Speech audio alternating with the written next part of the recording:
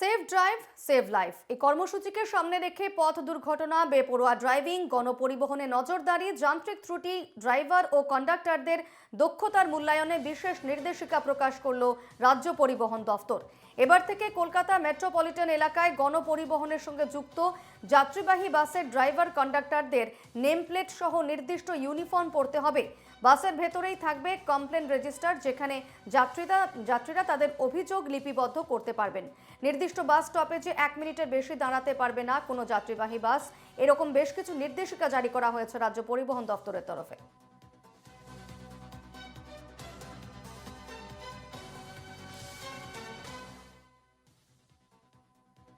আমাদের সঙ্গে এই মুহূর্তে টেলিফোনে রয়েছেন প্রতিনিধি Sudipta Chatterjee. Sudipta, safe drive save life এই কর্মসূচির অন্তর্গত নতুন গাইডলাইন প্রকাশ করা হয়েছে রাজ্য পরিবহন দপ্তরের তরফে।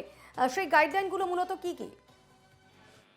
দেখো, একগুচ্ছ গাইডলাইন বা নির্দেশিকা রাজ্য পরিবহন দপ্তর, যেটা স্ট্যান্ডার্ড অপারেটিং প্রসিডিওর বলা হয়, সেটা প্রকাশ করেছে মূলত সেফ ড্রাইভ সেভ লাইফ কর্মসূচিকে সামনে রেখে বেপরোয়া ড্রাইভিং, তারপর ওভার স্পিড, ওভারটেকিং এবং এই ধরনের যে ড্রাইভার কন্ডাক্টরদের যে আচরণবিধি, এই সামগ্রিক বিষয়টাকে তারা সেই গাইডলাইনে উল্লেখ করেছেন মূলত পথ দুর্ঘটনা রুখতে এবং এই বেপরোয়া ড্রাইভিং এই ধরনের নির্দেশিকার অবতারণা বলে জানিয়েছে পরিবহন দপ্তর।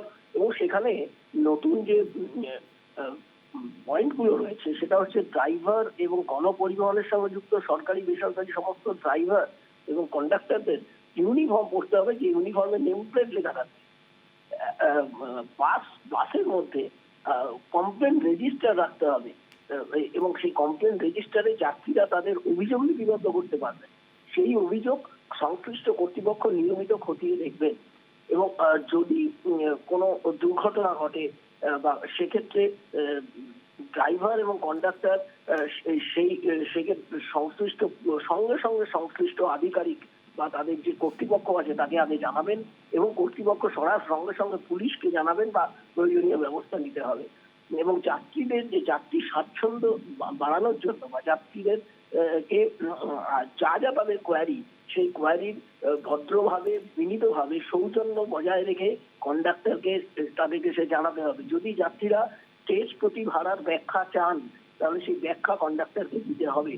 শিশু, মহিলা, বয়স্ক বা বিশেষভাবে সক্ষম যাত্রীদের ক্ষেত্রে যারা যদি কোনো সাহায্য চান, কন্ডাক্টরকে বাসের মধ্যে মানে অন বোর্ড তাদেরকে সেই সাহায্য করতে হবে। প্রয়োজনে তাদের লাগেজ হাতে ধরে নামিয়ে দিতে হবে, হাতে ধরে তুলতে হবে। নির্দিষ্ট বাস স্টপেজে 1 মিনিটের বেশি দাঁড়াতে পারবে না কোনো যাত্রীবাহী বাস এবং বাস স্টপেজে 30 মিটারের মধ্যে তাদের দাঁড়াতে হবে। অবশ্যই দিকে নজর থাকবে। ধন্যবাদ সুদীপ্ত।